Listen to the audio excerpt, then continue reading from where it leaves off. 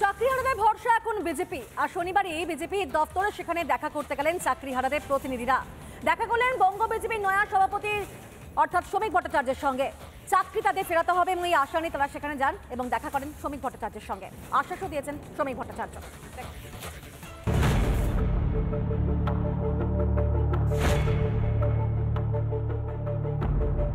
রাজ্য সরকার আমাদের মিথ্যা মামলা দিচ্ছেন, কিন্তু যোগ্য তালিকা দিচ্ছেন না। মুখ্যমন্ত্রী সত্যের মুখোমুখি দাঁড়াতে ভয় পান।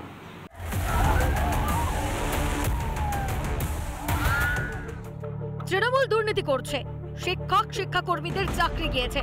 এই পরিস্থিতিতে চাকরিহারাদের ভরসা বিজেপি।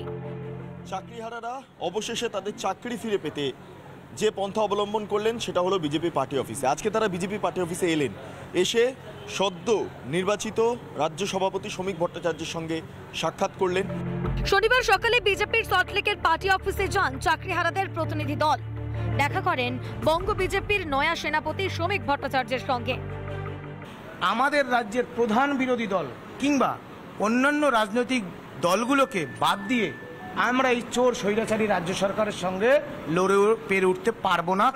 নতুন রাজ্য সভাপতি শ্রমিক ভট্টাচার্য মহোদয়, তার সাথে আমরা সাক্ষাৎ চেয়েছি। তিনি আমাদের সাথে যে এই 3 তারিখ তিনি সভাপতি হয়েছেন, যে তিনি আমাদের সময় দিয়েছেন, আমরা তার প্রতি প্রথমেই কৃতজ্ঞ।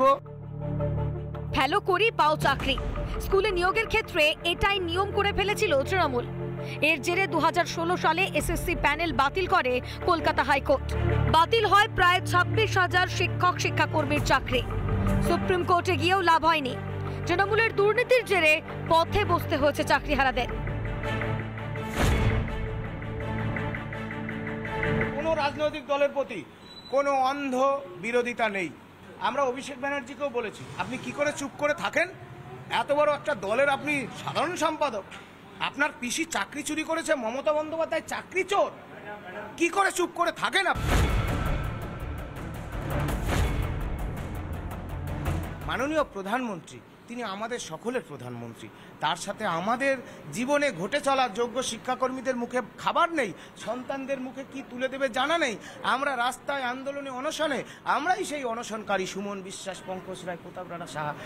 সেই বক্তব্য আমরা তুলে ধরবো যে মাননীয় প্রধানমন্ত্রীর সেই সভায় আমরা সব চাকরিহারারা যাব, যদি ভারতীয় জনতা পার্টি আমাদেরকে অ্যাসিওরেন্স। এ মাসেই বঙ্গ সফরে আসছেন প্রধানমন্ত্রী নরেন্দ্র মোদী। দমদমে সভা করার কথা রয়েছে তার।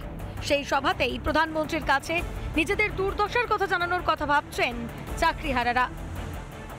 এই মুহূর্তে চাকরিহারাদের কাছ থেকে আমরা যে তথ্যটা পাচ্ছি তা হলো বিজেপি সক্রিয়ভাবে এই চাকরিহারা যারা রয়েছেন তাদের আন্দোলনে রাজনৈতিকভাবে অংশগ্রহণ করবেন না, কিন্তু তাদের যে সমর্থন বা আইনি যে সহায়তা, সেই সহায়তা বিজেপি দেবে। সেটা প্রধানমন্ত্রীর সঙ্গে যদি দেখা হয় তারা তাদের সমস্যার কথা জানাবেন, এবং যেহেতু প্রধানমন্ত্রী দেশের সর্বোচ্চ পদে রয়েছেন, কাজে তার দ্বারাতে হয়তো এই সমস্যার সমাধান হতে পারে, এমনটা মনে করছেন চাকরিহারারা। ভিডিও জার্নালিস্ট রবি শর্মার সঙ্গে বিট্টু রায় চৌধুরী, রিপাবলিক বাংলা, কলকাতা।